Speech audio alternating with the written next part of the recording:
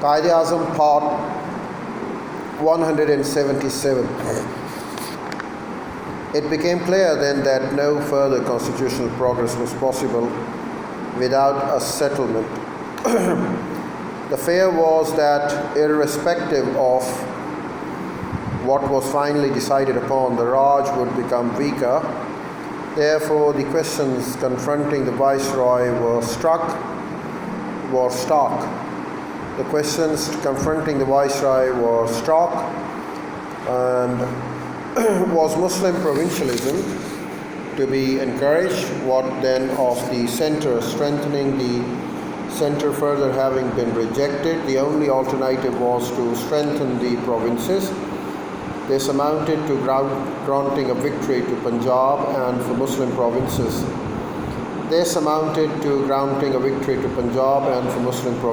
Muslim provincialism.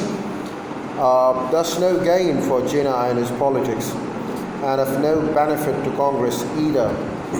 Against such a backdrop, the Third Round Table Conference got announced. The Secretary of State on 27 June 1932 made an announcement in the House of Commons that since it would require time for the proposed Indian Federation to be constituted, responsibility in the provinces would now be instituted without waiting for the completion of all steps required for the actual inauguration of federation. The Secretary of State also proposed setting up a joint parliamentary committee which would invite representatives of Indian opinion to examine the reform proposal before they were formally introduced in Parliament. This outraged the Liberals in the UK, who took it as an affront, concluding that the conference method was being abandoned, and joint consultations and deliberations ended.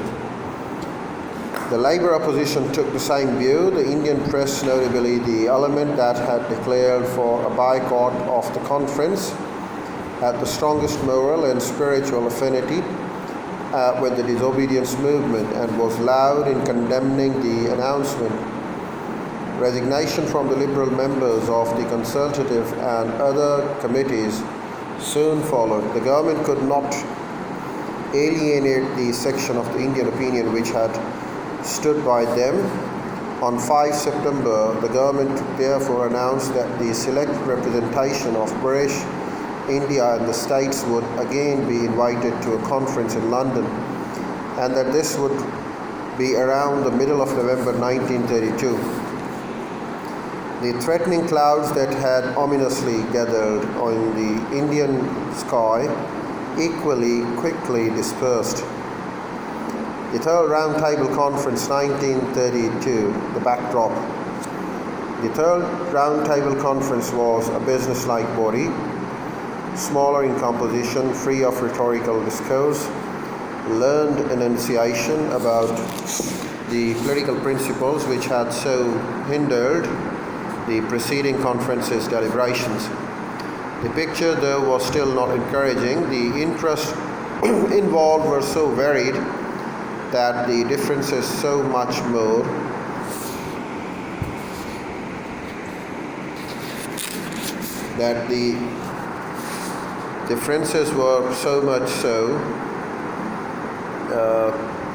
so much more accentuated instead of having been whittled by the time that consequently the delegates dispersed with most important questions left unsettled. However, neither Britain nor India could afford to waste any further time. Enough opportunities had already been given to the parties concerned to formulate some agreed proposals, reasoned the British, but without results. The conference ended at the participants left without coming to any final decisions. The Indian Liberals came back dissatisfied. The princes came back at least without coming to any final. The conference ended and the participants left without coming to any final decisions. The Indian Liberals came back dissatisfied. The princes came back, at least some of them, like so many doubting Thomases, The viceroy could grasp the significance of the atmosphere, but he simply could not allow it to fester.